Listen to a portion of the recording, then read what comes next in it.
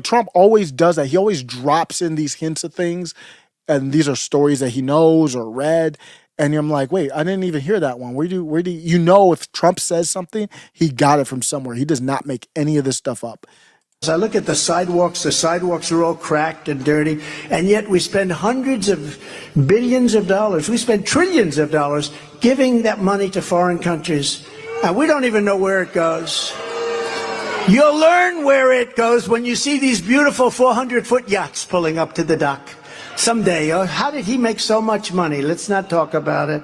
You'll see what's going to happen. Middle MAGA. Donald Trump's still out here. He's still talking about stuff he's not supposed to talk about. He said, you'll find out where your taxpayer money went when these dudes pull up in the yacht. Where it goes when you see these beautiful 400-foot yachts pulling up to the dock someday. How did he make so much money? Let's not talk about it. You'll see what's going to happen. As I look at the sidewalks are all cracked and dirty, and yet Ryan, where I am in Colorado, the highways are all cracked up. I mean, it's all messed up. It's terrible conditions in a lot of these roads all over the country. Now, that's a state thing, but we're burning a lot of federal money that could be going to infrastructure. I talked about China, how it's really disappointing to see how much infrastructure China's took their money. They have the same financial issues that we have. They took their money and then they kind of built out their infrastructure. We don't have anything like that. All we have oligarchs in their 400-foot yachts. That's what we got. And one of them is Zelenskyy. There's an article from The Islander that says it pays to be friends with Zelenskyy. How $75 million yachts reveal the huge and sudden wealth of Ukrainian leaders' inner circle from The Islander. And then I have some of these quotes. So, alleged purchase of 2 luxury lots. This is what Trump is talking about. He's always talking about something. So I went online and it's like, wait, what is this bro talking about this time? And there's multiple articles. This is the one that I found, but there's multiple articles about this out there with the money. So we're sending all this money overseas. It's just, it's brutal to watch. I'm just putting that article up there as just to see, and then I'm going to read my summary of it. Close associates of Zelenskyy implicated in the yacht purchases. Allegations of diversion of Western aid for personal luxury. So there's corruption scandals involving Ukrainian military officials and misuse of U.S. aid. Keep in mind that thousands of their young men have died in this war. Not just the U.S. tax dollars going over there.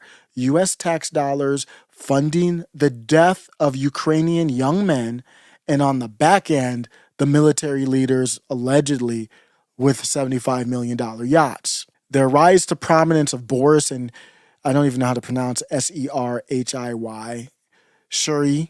Their rise to prominence and power, questions about corruption and misallocation within Ukraine's elite.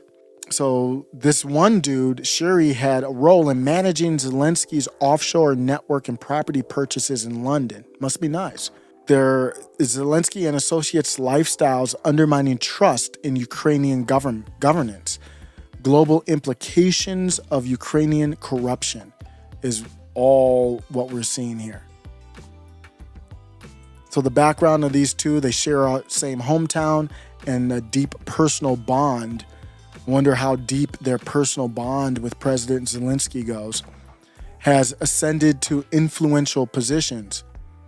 Their rise through the Carvalho 95 studio and their indulgence in lavish lifestyles amid the harrowing realities of war and Ukraine's provocative role in the conflict draw attention to potential corruption and resource misallocation. Their extravagant living starkly contrasts with the nation's pressing needs, highlighting the problematic intertwining of personal enrichment and power in Ukrainian politics. So they both oversaw the facilitation of this high-value property purchases in London. If you look at the article here, they're going to talk about the homes. This web of deceit exposed by the Pandora's archives revealed Shefir as the clandestine custodian of Zelensky's wealth, executing high-value property purchases in London. And then they have the receipts of everything right here. So you got the high-price purchases. You have the receipts of everything right there. So they're basically running the finances for him.